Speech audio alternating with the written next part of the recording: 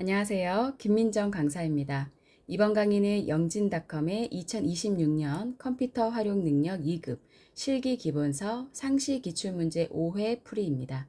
영상 하단의 설명 링크를 통해서 연습에 필요한 파일과 교재를 확인하실 수 있으니까요. 참고하셔서 함께 실습해 보시면 좋을 것 같습니다. 자, 먼저 기본 작업 1시트부터 진행을 해 볼 텐데요.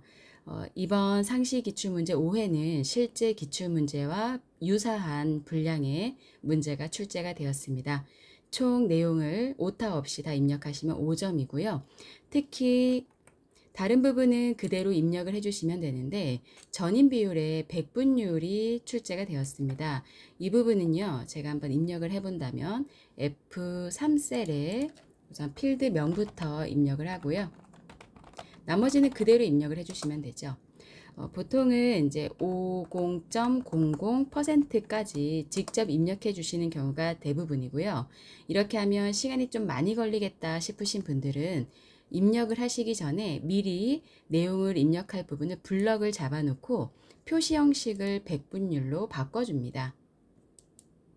그리고 나서 숫자를 입력을 하시고요.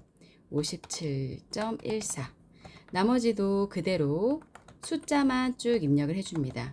블럭이 잡혀져 있는 상태에서 입력을 하셔도 상관이 없습니다. 그러면 블럭이 잡혀 있는 곳에서만 입력이 되는 거죠.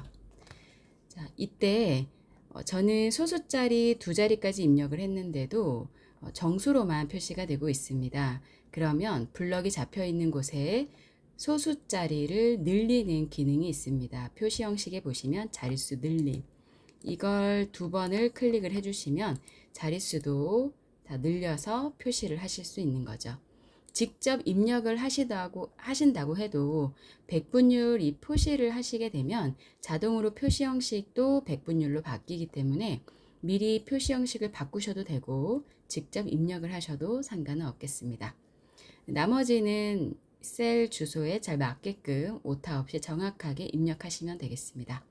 기본 작업 2시트로 넘어갈게요. 기본 작업 2시트는 셀 서식에 대한 내용입니다. 각 2점이고 5문제에 출제되고 있습니다. F1부터 A1부터 F1 영역은 병합하고 가운데 맞춤, 글꼴은 맑은 고딕, 글꼴 크기는 16포인트, 글꼴 스타일 굵게, 밑줄은 이중 실선으로 지정해 보겠습니다. 자, A1부터 F1까지 블럭 잡아 놓고요. 이 부분은 좀 쉬운 부분이기 때문에 좀 빠르게 작업하고 넘어가겠습니다. 병합하고 가운데 맞춤을 클릭을 해주죠. 그리고 글꼴은 맑은 고딕입니다. 그리고 글꼴 크기는 16포인트고요. 글꼴 스타일 굵게, 처음에 있는 굵게 버튼 찾아서 한 번만 클릭해 주시면 되고요. 그리고 밑줄이 있네요. 굵게 오른쪽에 2번째 보시면은요. 밑줄이 한 줄짜리가 있고 이중 밀줄이 있습니다. 이중 실선, 이중 밑줄로 선택을 해주시면 되겠습니다. 자, 2번 문제 A4부터 A6까지 블럭 잡고요.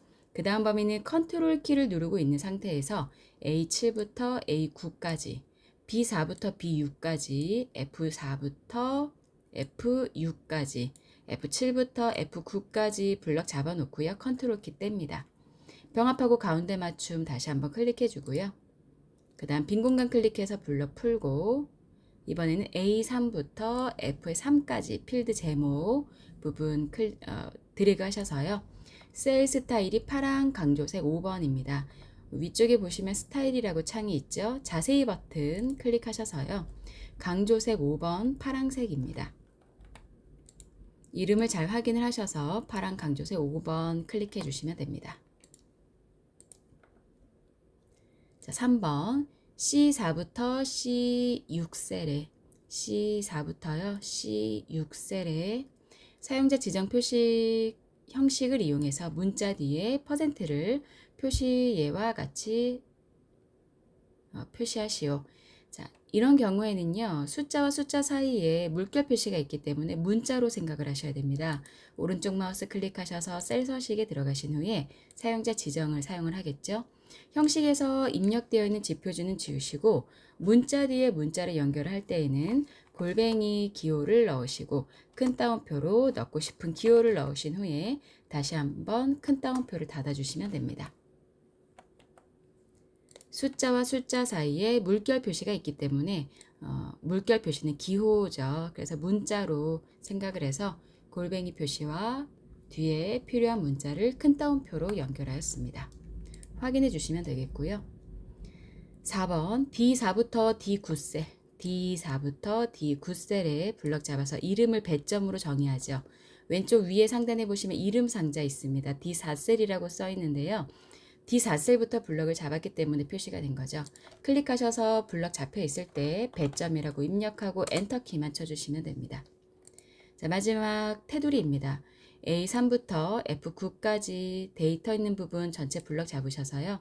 모든 테두리 한번 넣어주시고 다시 한번 테두리의 화살표 클릭하셔서 굵은 바깥쪽 테두리 클릭하시면 되겠습니다. 기본 작업 3번 시트입니다. A4부터 H18 영역에서 학번이 2019로 시작하는 행 전체에 대해 글꼴색을 빨강으로 지정하는 조건부 서식을 작성하시오. 레프트 함수를 이용을 해서요.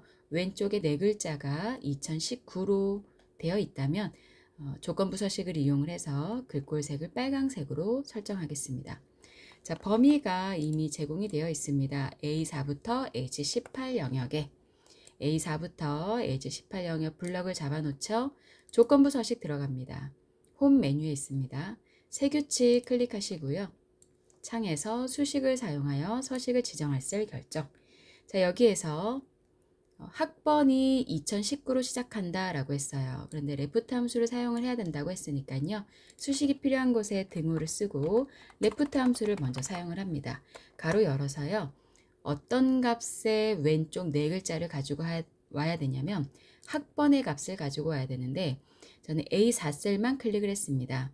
하지만 A4셀만 2019로 시작하는지 검사할 게 아니고 A4부터 A18까지 전부 다 비교를 해야 하기 때문에 A열은 학번에 해당하는 A열은 고정을 하고요.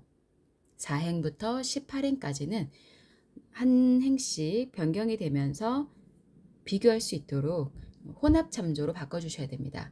키보드 자판에 있는 F4번을 한 번, 두 번 눌러주시면 A열만 달러 표시로 고정이 되고 4행은 고정이 되지 않습니다. 자, 이렇게 찾은 값의 왼쪽에서부터 네 글자를 가지고 오겠다. 그러면 그 네 글자가 2019라면 전부 다 빨간색으로 하겠다라는 거죠. 식은 이렇게 확인하시면 되겠습니다. 자, 이제 이 조건에 해당하는 행 전체에 대해서 글꼴을 빨간색으로 바꿔야 되죠. 서식 버튼 클릭하셔서 글꼴 색만 표준색에 있는 빨간색으로 선택을 해주시고 확인 버튼 누르고 확인 버튼 눌러주시면 2019로 시작하는 학번에만 빨간색 글꼴 모양이 적용이 되었습니다. 자, 계산 작업 문제 풀이해 보겠습니다. 표 1번 응시일이 월요일부터 금요일까지이면 평일이고요. 그 외에는 주말로 요일에 표시를 할 건데 요일 계산할 때 월요일이 1인 유형으로 지정을 하셔야 하고 if와 weekday 함수 사용을 하셔야 됩니다. 다음날 부분인 D3셀에 클릭을 해놓고요. 등호 쓰고 if 함수 먼저 쓰고 가로 열어서 weekday 함수를 사용을 하겠죠. 그리고 또 가로를 열어볼게요. 자, 이번 문제는 weekday 함수와 if 함수 좀 간단한 문제이기 때문에 함수 마법사를 따로 쓰지 않고 바로 쭉 풀이를 해보도록 하겠습니다. 자, 우선 weekday의 인수는 두 가지입니다. 요일을 출력하고 싶은 날짜와 어떤 유형으로 출력을 할 건지 숫자를 넣어주시면 되는데요. 지금은 응시일의 요일을 알고 싶은 거니까 응시일을 클릭을 해주시면 되고 콤마 찍어서 어떤 유형이라고 했냐면 월요일이 1인 유형이라고 했거든요. 여기 보니까 월요일이 1인 유형, 숫자 1이 월요일에서 7이 일요일까지 출력되는 유형은 숫자 2라는 것을 확인할 수 있습니다. 그래서 2번이라고 써주고 가로 닫고요. 자, 그렇다면 결국에는 월요일이 1인 유형을 선택을 했기 때문에 화요일이면 숫자 2라고 출력이 됐을 거고 수요일이면 3, 목요일이면 4, 금요일이면 5라고 출력이 됐겠죠. 근데 문제에서 월요일부터 금요일이면 평일이라고 했거든요. 그러면 월요일부터 금요일이라는 것은 숫자 1, 2, 3, 4, 5라고 출력이 될 겁니다. 그러면 5보다 작거나 같으면 5보다 작거나 같으면 그건 평일이란 뜻이고 그 안에 들지 않는다면 주말로 출력을 하면 되겠네요. 그래서 여기다 조건을 마무리해 줘야 되죠. 이렇게 위크데이 함수로 요일을 숫자로 출력을 했는데 그 숫자가 5 이하라면 그때는 평일인 거고요.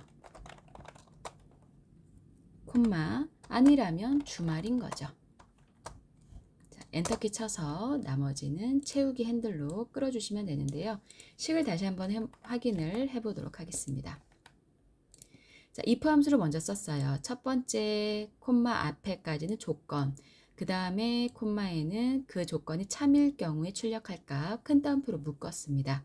그리고 그 조건이 거짓일 때 출력할 값 입력을 해준 거고요. 조건은 C3에 있는 응시 1이 이 유형으로 요일을 출력을 했을 때 그 숫자가 5 이하라면 평일이고 아니면 주말이다 라고 만들어준 거죠. 함수 마법사를 사용을 하셔도 동일한 방법으로 결과가 나오시면 되겠습니다. 표 2번 중간고사, 기말고사 학점 기준표를 참조해서 학점을 계산을 하는데요. 평균은 각 학생의 중간고사와 기말고사로 구해서요. 이 평균이 확인을 해볼게요. 김미정이라는 학생의 중간고사와 기말고사의 평균을 구하겠죠. 그 평균값이 이 학점 기준표 안에 있다면 세 번째 줄에 있는 학점을 출력을 하면 된다는 겁니다. 자, 그러면 바로 풀어볼게요. 등호 쓰고 학점 기준표가 가로의 형태로 되어 있기 때문에 우리는 삼행에 있는 값을 가지고 와야 되니까요. hlookup 쓸 거고 컨트롤 A 눌러서 함수 인수창 열어볼게요. 첫 번째 lookup value는 찾는 값입니다. 우리는 이 학생의 평균 값을 찾아서 학점 기준표를 참조해 세 번째 줄에 있는 학점을 가지고 오는 거죠. 자, 평균을 먼저 구해야 되겠네요. average ERHE. 자, 이 학생의 평균은요, 중간고사와 기말고사의 평균값입니다. 가로 닫아주고요. 그럼 벌써 이 학생의 평균 점수가 나왔습니다. 이게 어느 표에 있다면? 학점 기준표 이 안에 있다면. 그런데 점수는 각 학생마다 본인의 중간고사와 기말고사 점수로 계산이 되어야 되기 때문에 고정하면 안 되지만 학점 기준표는 이 범위 안에서만 있어야 되기 때문에요. F4번으로 기준이 되는 표는 고정을 해주는 거죠. 자, 그렇다면 방금 잡은 기준표에서 나는 세 번째 줄에 있는 학점을 출력을 할 것이다. 자, 마지막 그 유형이 있는데요. 우리가 평균으로 구한 값이요. 이 기준표에 있을 때 세 번째 줄에 있는 학점을 출력을 하고 싶은 거잖아요. 평균으로 구한 87.5라는 값이 여기 안에 있습니까? 없죠. 정확하게는 이 안에 없습니다. 그냥 80 이상, 90 미만 범위 안에 있으면 거기에 해당하는 학점이 출력이 되는 거죠. 그래서 내가 찾은 값이 룩업으로 찾은 값이 테이블 어레이 기준표에 정확하게 일치하면 펄스인데 지금은 비슷하게 일치해도 그 범위에만 들어가도 학점을 출력을 할 것이기 때문에 true라고 입력을 해주시면 되는 거죠. 저는 true라고 입력을 하겠습니다. 확인 버튼 눌러보면 학점이 나오고요. 뭐 학점 뒤에 따로 글씨 연결하라고 되어 있는 게 없기 때문에 나머지는 채우기 핸들로 끌어주도록 하겠습니다. 표 3번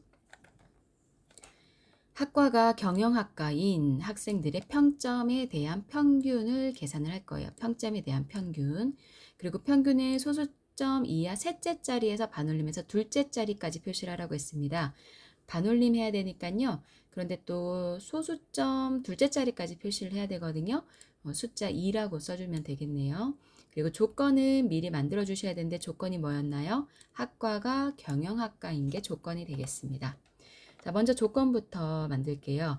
학과가 경영학과인 것. 제가 떨어져 있는 두 개의 셀을 선택을 할 때는 학과를 먼저 클릭을 하고 컨트롤 키 누른 상태에서 경영학과를 클릭을 했습니다. 컨트롤 C 눌러서 복사하고요. 조건 범위인 A24셀에 클릭하고 컨트롤 V로 붙여넣기 합니다. 답을 출력할 뒤에 24셀에 클릭해 놓고요. 우선 반올림해야 하니까 라운드 함수 먼저 들어가서 컨트롤 A. 어떤 값을 반올림을 해야 하나요? 디에버리지로 학과가 경영학과인 학생들의 평점에 대한 평균을 구해야 되겠죠. 평균을 구한다는 것은 디에버리지 함수로 이미 평균을 구할 겁니다. 가로 열어서요. 위에 the 함수 수식 입력줄에 클릭을 해볼게요. D로 시작하는 데이터베이스 함수는 인수가 3가지입니다. 첫 번째 데이터베이스 인수는 내용 전체를 잡아주시면 되고요. 필드는 계산을 하려고 하는 필드의 번호입니다. 우리는 평점에 대한 평균을 계산을 한다고 했기 때문에 하나, 둘, 셋, 네 번째에 있는 평점을 가지고 에버리지를 하겠다. 평균을 내겠다. 조건은요. 마지막 범위는 조건. 학과가 경영학과인 게 조건이었죠.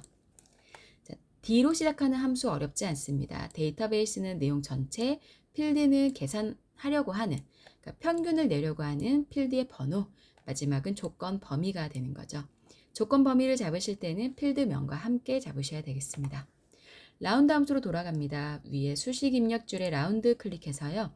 아까 소수자리, 둘째 자리까지 표시해서 반올림 하라고 했거든요. 그래서 여기에다가는 숫자 2라고 입력을 해주시면 되겠네요. 그러면 여러분들 혹시 시험 보실 때 반올림하거나 뭐 내림, 올림 하실 때 숫자가 헷갈리시잖아요. 미리 보기도 또 되거든요. 이렇게 자릿수가 많을 때, 소수자리가 많을 때 결과가 3.736666 이렇게 나왔는데 이거를 소수 둘째 자리까지만 표시하라고 해서 숫자 2라고 썼더니 셋째 자리에서 반올림이 돼서 3.74로 출력이 된 것을 미리 확인을 할 수가 있겠습니다. 이런 부분이 함수 마법사의 좀 쉬운 장점이라고 볼 수가 있겠네요. 자, 표 4번. 커뮤니케이션, 회계, 경영 전략이 이 과목이 모두 다 70 이상인 학생 수를 계산을 해야 됩니다. 조건이요. 커뮤니케이션도 70 이상, 회계도 70 이상, 경영 전략도 70 이상이기 때문에 여러 개의 조건에 해당할 때에 개수를 세야죠. count ifs 함수 사용하시면 되겠네요. 답날 부분에 클릭해 놓고 등호 쓰고 count ifs, 컨트롤 A 눌러서요.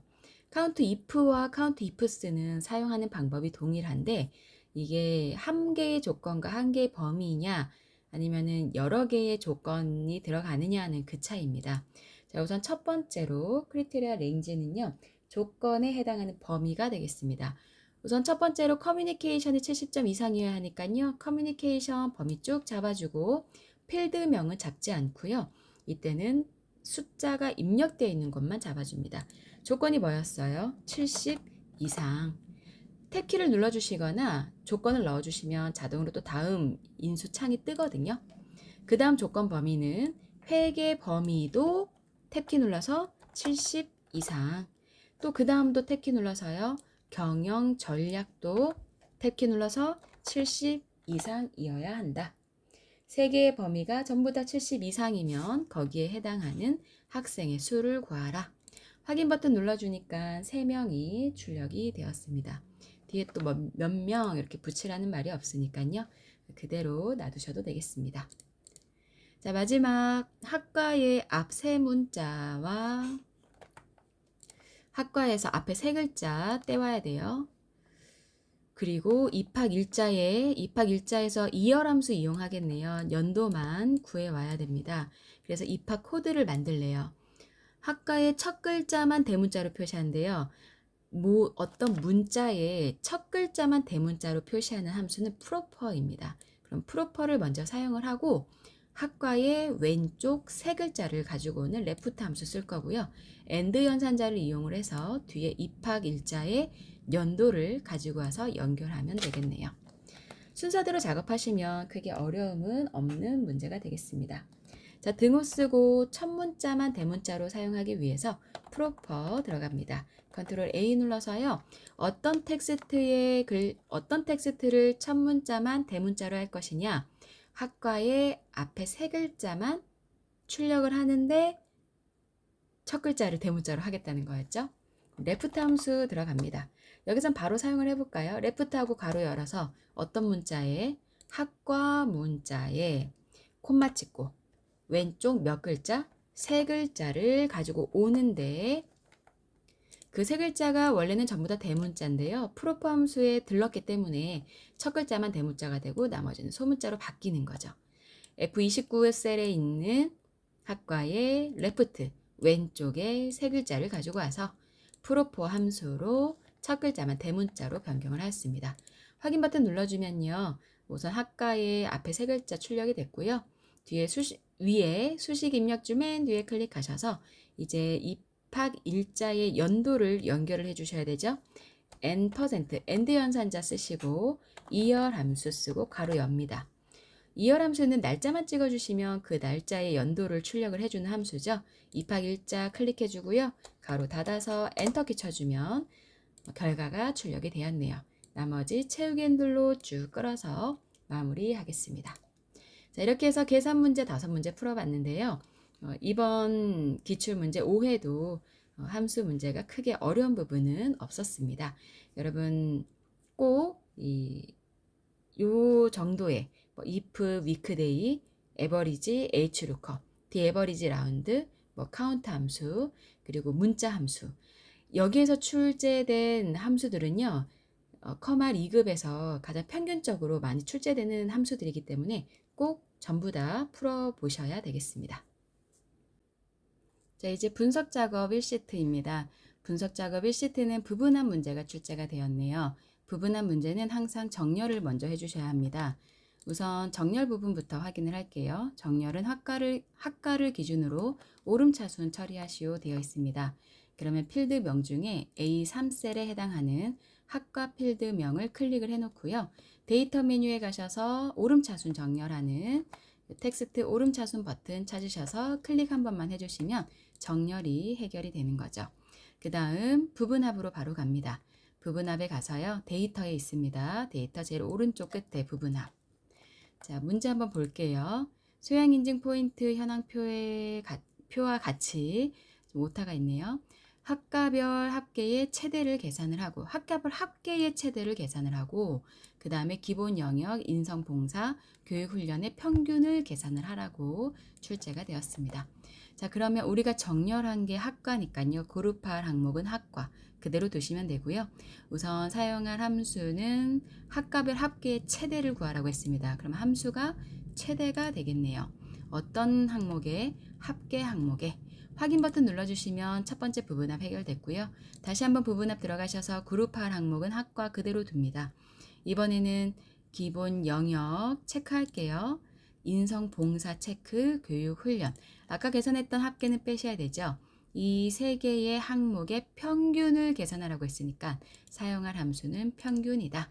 두 번째 부분합 작업하실 때는 새로운 값으로 대치를 해제를 하시고 확인 버튼을 누르셔야 되겠습니다. 그래서 여러분들이 계산하신 부분합과 문제에 출력된 결과가 동일한지 확인을 해주시면 되겠습니다. 분석작업 2번 시트입니다. 분석작업 2번 시트에 대해서 다음의 지시사항을 처리할 건데요. 데이터 도구 통합 기능을 이용을 해서 표 1번, 표 2번, 표 3에 대한 학과별 정보 인증, 국제 인증, 전공 인증의 합계를 표 4에다가 표시하겠습니다. 자, 표 4에 해당하는 F4부터 I8셀까지 블럭을 잡아 놓으시고요. 데이터에서 통합 버튼이 있습니다. 통합 버튼 클릭하시고 함수가 합계라고 했거든요. 그래서 합계 그대로 두시면 되고요. 참조할 영역 표 1번부터 A4부터 D8까지 드래그해서 추가. 표 2도 A11부터 D15까지 블럭 잡아서 추가. 표 3도 A18부터 D22까지 블럭 잡아서 추가. 사용할 레이블은 첫 행과 왼쪽에 첫 번째 열 전부 다 사용해서 통합을 해줘야 되겠죠. 그래서 사용할 레이블 첫 행 왼쪽 열 둘 다 체크해 주시고 확인 버튼 눌러주시면 결과가 나왔습니다. 자, 바로 매크로로 넘어가 보도록 하겠습니다. 매크로 작업, 매크로 이름은 총점이고요. 24부터 28 영역의 총점을 계산하는 매크로를 만들 건데 개발 도구의 양식 컨트롤 단추를 이용을 한답니다. 메뉴 중에 개발 도구에 가서요. 삽입에 양식 컨트롤의 첫 번째에 있는 단추 클릭해주고 동일 시트의 G3부터 H4 영역이에요. Alt키 누르신 상태에서 드래그 하시면 정확하게 입력하실 수 있죠. G3부터 H4까지 드래그 해줍니다. 매크로의 이름은 총점이고요. 그리고 현재 통합 문서에 작성하라고 했기 때문에 매크로의 위치는 현재 통합 문서. 기록 버튼 눌러주시면 매크로 이름 한 번 더 확인하고요. 위치 한 번 더 확인하고 확인 버튼 눌러줍니다. 자, 이제 총점을 계산을 해주면 되겠네요. 2의 4셀에 클릭해 놓고요. 총점은 등호 쓰고 소양 인증 클릭하고 더하기 직무 인증 클릭하고 엔터키 쳐주면 됩니다. 썸 함수를 사용하셔도 되는데 총점에 식이 나와 있기 때문에 식 그대로 사용을 했고요. 나머지는 채우기 핸들로 끌어주고 빈 공간 클릭해서 마무리해 주고요. 자, 이제 기록 중지해 주셔야 되죠. 개발 도구 탭에서는 기록 중지 버튼 위쪽에 있고요. 또는 하단의 상태 표시 줄에도 기록 중지 버튼이 있으니까 편한 버튼 이용하셔서 매크로 중지해 주시면 되겠습니다. 자, 단추 이름 바꿔줘야 되죠. 오른쪽 마우스 클릭해서 텍스트 편집, 딜리트 키 누르셔서 단추 이름 지우시고요. 텍스트를 총점으로 입력한 후 빈 공간 클릭해서 마무리해 주시면 되겠습니다. 자, 매크로 이름과 텍스트 이름 확인해서 넣으시면 되고 계산하는 방법도 확인해 주시면 됩니다. 자, 이번에는 사각형 빗면 도형을 이용을 해서 동일 시트의 G6부터 H7 영역에 채우기라는 매크로를 만들 거고요. 그 안에다가 채우기라는 텍스트도 넣을 겁니다. 어떤 매크로냐면 A3부터 E3 영역에 채우기 색으로 노란색 채우는 매크로를 만들 거예요. 삽입에 가셔서 도형에서요. 기본 도형 중에 빗면 버튼, 사각형의 빗면 버튼 잘 찾아서 클릭해 주시고요. 다시 한번 찾겠습니다. 자, 넣으라고 한 위치는 Alt키 누른 상태에서 G의 6부터 H의 7까지 드래그 해주고요. 도형을 넣었을 때는 바로 매크로 지정이 되지 않기 때문에 오른쪽 마우스 클릭하셔서 매크로 지정 클릭하시고 매크로의 이름은 채우기. 현재 통합 문서 맞죠? 기록 버튼 눌러주고 한 번 더 확인 버튼 눌러줍니다. 어디를 채우는 매크로였냐면요. A3부터 E의 3 영역을요. 홈에 채우기 툴을 이용을 해서 노란색으로 표준색의 노랑으로 채우는 매크로였습니다. 색깔 채워주시고 빈 공간 클릭해서 블럭 풀고요. 다시 개발 도구에 가서 기록 중지 눌러주도록 하겠습니다. 자, 이제 이 도형에다가 텍스트를 채우기로 입력을 해주셔야 되겠죠. 오른쪽 마우스 클릭해서 매크로 지정이 아니고 텍스트 편집에 가시면은 도형 안에 커서가 깜빡깜빡합니다. 그때 채우기라고 쓰시고요. 정렬은 안 하셔도 되고요. 그냥 그대로 마무리만 해주시면 되겠습니다. 한번 확인을 해볼까요? 총점도 지우고요. 여기 색깔도 한번 지워볼게요. 채우기 없음. 총점 버튼 클릭하면 계산되죠? 채우기 버튼 클릭하면 색깔 들어갑니다. 자, 이제 마지막 차트 작업입니다. 차트 수정을 하는 작업이고요. 2점짜리 5문제 출제되고 있습니다. 자, 합계 계열과 2020년 요소가 제거되도록 데이터 범위를 수정을 하라고 하네요. 자, 그러면 차트 영역 클릭하시고요. 오른쪽 마우스 클릭해서 데이터 선택으로 가보겠습니다. 아니면은요, 위에 메뉴에서 작업하시려면 차트 디자인에서 데이터 선택하셔도 상관없습니다. 기억하기 편하신 메뉴로 작업하시면 되고요. 기존에 있던 차트 데이터 범위는 지워버릴 거예요. 그리고 새로 범위를 잡아주겠습니다. 합계 계열과 2020년 요소는 없어야 되네요. 그러면 구분만 블럭을 잡고요. 밑에 합계 빼고 2020년 빼고 컨트롤 키 누른 상태에서 2021년부터 23년까지만 블럭을 잡아주시면 되겠네요. 이 대시 테두리로 움직이고 있는 범위 잘 확인을 해주시면 되겠습니다. 자, 그리고 밑에 연도가 들어가는 게 맞죠? 확인 버튼 눌러줄 거고요. 이제 차트 종류를 누적 세로 막대형으로 바꿀 거예요. 자, 차트 디자인 메뉴에 차트 종류 변경 있습니다. 클릭하셔서 차트 종류는 누적 세로 막대형. 자, 여기 누적 세로 막대형 3차원은 아니니까요. 두 번째에 있는 누적 세로 막대형으로 선택하고 확인 버튼 눌러줄게요. 차트 제목 넣어야 되네요. 차트 위로 지정해서 A1 셀과 연동하랍니다. 여기 옆에 더하기 버튼 클릭해서요. 차트 제목을 어디에 넣을 거냐면 화살표 눌러서 차트 위에 넣을 거예요. 그리고 차트 제목에 테두리 클릭해서요. 위에 수식 입력줄에 클릭하시고요. 등호 쓰고 A1 셀을 클릭해서 엔터키를 쳐주시면 자동으로 A1 셀에 있는 값이 연동이 되게 됩니다. 근로장악 계열에만 데이터 레이블 값을 표시하고 해볼까요? 근로장악이라고 하면 제일 위에 있는 회색 계열입니다. 회색 계열을 한 번만 클릭하면 근로장악에 해당하는 모든 회색 계열이 선택이 됐습니다. 이때 오른쪽 마우스 클릭해서 데이터 레이블을 추가를 할 건데 데이터 레이블 추가 한 번 더 클릭을 할게요. 그러면 안쪽에 들어가긴 했는데 안쪽 끝은 아니거든요. 자, 그러면 요 레이블을 다시 한번 클릭해서요. 오른쪽 마우스 누르고 데이터 레이블 서식에 들어가면요. 위치가 안쪽 끝으로 들어가게끔 변경을 해 주실 수 있겠습니다. 위치라든지 이런 레이블을 넣는 방법은 또 여러 가지가 있습니다. 위에 차트 요소 추가해서 하셔도 되고요. 더하기 버튼 클릭해서 넣으셔도 되거든요.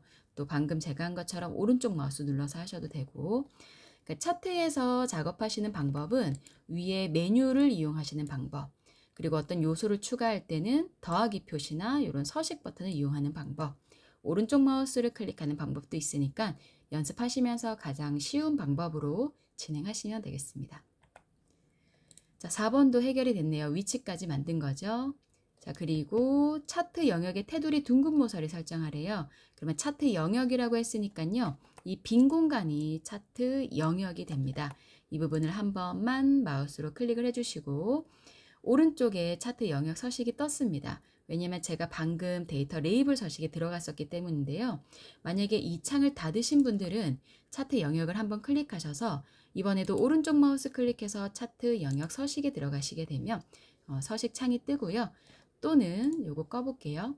따닥 더블 클릭을 하셔도 차트 영역 서식 창이 표시가 됩니다. 테두리에는 둥근 모서리 설정하라고 했으니까 테두리에 가셔서 맨 밑에 있는 둥근 모서리 체크해 주시면 되는 거죠. 이 차트 영역 서식 창은 닫도록 하겠습니다. 자, 그러면 우리가 만든 결과가요. 이 차트 결과와 동일한지 확인을 해주시면 되겠죠.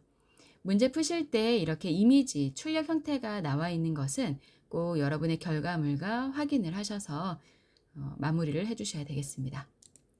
자, 이렇게 해서 기본 작업 1번은 백분율 말고는 좀 생략을 했으니까 여러분들이 직접 입력하시면서 시간이 얼마나 소모가 되는지 확인을 해보시고요.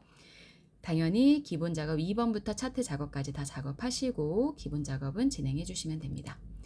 기본 작업 2번, 3번 계산 작업과 분석 작업, 매크로 차트까지 작업을 해봤고요. 자, 이렇게 상시 기출 문제 5회 풀이 진행을 해봤고요. 이제 또 저는 다음 강의 영상에서 찾아뵙도록 하겠습니다. 도움이 되셨다면 구독과 좋아요 부탁드리고요. 여러분 꼭 파일을 다운로드 받으셔서 영진닷컴 사이트에서 이 연습 파일 있거든요. 다운로드 받으셔서 꼭 함께 실습을 해보셔야 시험 보실 때 도움이 많이 되실 거예요. 공부하시면서 궁금한 점은 댓글 남겨주시면 제가 답글 드리도록 하겠습니다. 오늘도 수고 많으셨습니다. 감사합니다.